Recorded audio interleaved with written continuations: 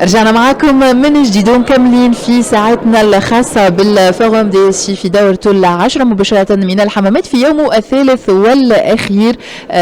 كما قلنا مازلنا باش نحكيو على لي دي سي تولكس وحاضر معنا مسيو ساليو جولدي سو ديريكتور سيستème d'information et organisation et méthode de Diama Bank Conakry, République de Guinée. Exactement. Bienvenue parmi nous ici en Tunisie, bienvenue sur les ondes de Radio Express FM. Donc juste pour situer un petit peu les choses par rapport à nos auditeurs, comme on l'a déjà bien expliqué avec nos invités, DSI Talks, c'est une occasion de partage d'expérience par rapport aux DSI, aux projets qu'ils ont menés, qu'ils ont essayé de mener à bon port, ils ont échoué ou non. Là n'est pas le problème. Le plus important, c'est d'avoir des leçons à tirer. Exactement. Et surtout que tout le monde puisse bénéficier justement, tout le système justement pourrait en bénéficier. Du coup, aujourd'hui, on va parler de votre présentation qui a eu lieu hier après-midi et où vous avez parler de ce projet, le projet de Diama Bank et toutes les difficultés que vous avez rencontrées. C'est ça? Oui, c'est ça. En tout cas, merci beaucoup. Merci d'abord. Je commence par remercier les différents organisateurs qui ont eu l'initiative de nous inviter à prendre part à cet événement. Je rappelle déjà, l'année dernière, j'étais là en tant que conférencier. Je suis intervenu, si vous voulez, sur l'éthique et les enjeux économiques de l'intelligence artificielle. Cette fois-ci, on m'a donné l'occasion, en fait, de narrer un tout petit peu l'histoire de la création et l'installation de la Diama Bank de manière générale. Donc, où nous allons aborder, si vous voulez, les contraintes et les défis majeurs rencontrés par rapport à l'installation et à la création de cette banque. On va également aborder les solutions apportées. Aussi, nous allons présenter les résultats obtenus. Et pour terminer, je veux vous présenter les leçons apprises qui pourraient être particulièrement instructives de manière générale.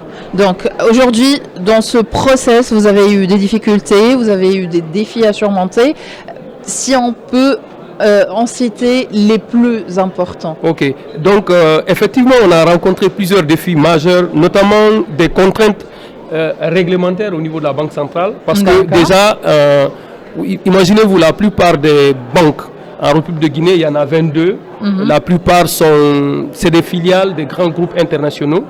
Donc là, Diama Bank, c'est une banque universelle 100% capitaux guinéens. Si vous voulez, c'est un opérateur économique qui a eu l'initiative de créer la banque, si vous voulez, les actionnaires majoritaires. Qu'est-ce qui a animé déjà ma présence dans cette banque? En fait, on s'est dit que si la Côte d'Ivoire a réussi à créer aujourd'hui une banque panafricaine, NCA Bank, représentée pratiquement dans 12 pays. Également, non, à part la Côte d'Ivoire déjà, il y a aussi le Togo qui a réussi l'expérience avec Ecobank, également avec Orabank, aujourd'hui qui a 12 filiales en Afrique. Nous avons aussi la BNG et la BCI avec la Mauritanie. Là d'ailleurs, la BCI c'est la même chose, c'est un projet similaire parce que là aussi c'est un opérateur économique qui a eu l'idée en fait de créer le groupe BCI aujourd'hui qui existe pratiquement dans 7 pays en Afrique.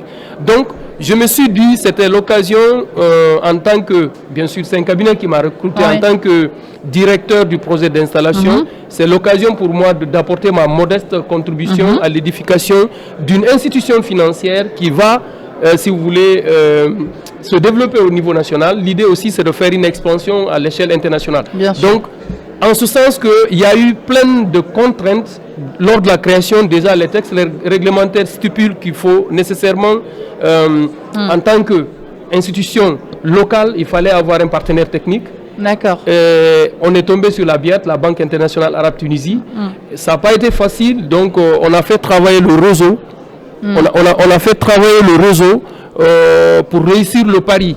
Et si vous voulez, il y a eu plein d'allers et retours, un contrat, des observations. Du coup, le cadre réglementaire, vraiment... Le cadre réglementaire stipule que quand il faut créer une banque, oui, c'est le point sur lequel vous avez dû travailler. Exactement. Y a-t-il d'autres points, mis à part la réglementation? Oui, à part la réglementation, il y a aussi eu, c'est-à-dire le choix stratégique du core banking. D'accord. Le choix stratégique du core banking, le problème c'est que, personnellement, j'avais des solutions bancaires que je maîtrisais pendant 16 ans, notamment avec Amplitude. C'est l'éditeur Soprasteria qui l'a édité. Et également, j'ai eu à installer, à déployer dans 3 filiales de Vista, parce que j'ai créé Vista. Je veux dire, j'ai piloté le projet d'installation de Vista aussi. Je voulais forcément, pour un début, qu'on aille avec, comme on appelle, soit Temenos, la solution Temenos comme core banking, ou bien qu'on aille avec comme Amplitude que je maîtrisais pendant 16 ans. Maintenant, Biat elle-même, elle utilise T24. Et personnellement, j'avais du mal à me démarquer de ce que je savais, mais en fin de compte, on a décidé de choisir Capital Banking comme éditeur avec Capital Banker.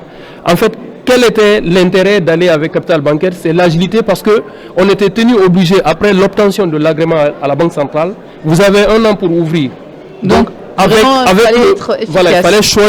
fallait choisir une solution qui est agile, qui permet d'aller de manière progressive. Autrement dit, pour un début, on a installé uniquement les modules qui permettent de traiter des opérations de caisse, de créer des clients, de faire des opérations en local pour ne pas perdre l'agrément. Parce que, comme je le dis... Une année... Non, 1 an, on retire. Voilà. On était déjà à 6 mois. Donc, je peux vous dire que j'ai réussi à installer une banque de bout en bout en 8 mois. C'est vraiment du challenge. Ça a été un challenge. C'était vraiment un record. D'accord. Et donc aujourd'hui, j'essaie d'avancer parce que le temps vraiment nous presse et que je voudrais revenir sur plusieurs autres détails. Aujourd'hui, le projet a été mené à bien. Oui. Et s'il y a des recommandations justement à donner pour les DSI qui seront peut-être confrontés à ce genre de projet, peu importe où ils se trouvent dans le monde, est-ce qu'il y a des recommandations assez spécifiques? On va essayer d'aller jusqu'à 3 recommandations maximum. Ok. Non, il y en a plusieurs. En fait, déjà, la composition d'une équipe projet est nécessaire. Le problème, l'une des contraintes que je vais, avant de répondre à votre question, que je vais évoquer aussi, imaginez-vous, vous avez un opérateur économique qui avait des usines, qui avait l'habitude de donner des ordres. Comprenez? Là, la banque, c'est totalement différent. D'accord. On ne réfléchit pas de la même façon. Il fallait prendre la hauteur pour pouvoir expliquer comment est-ce qu'il faut la démarche projet pour les amener à comprendre qu'il fallait vraiment constituer une équipe. Nous n'étions que 2. Je suis la deuxième recrue après le DG. Donc, il a fallu qu'on compose, parce que pour les actionnaires, en tant que IT, DSI, vous avez tout faire. Et c'est pas facile.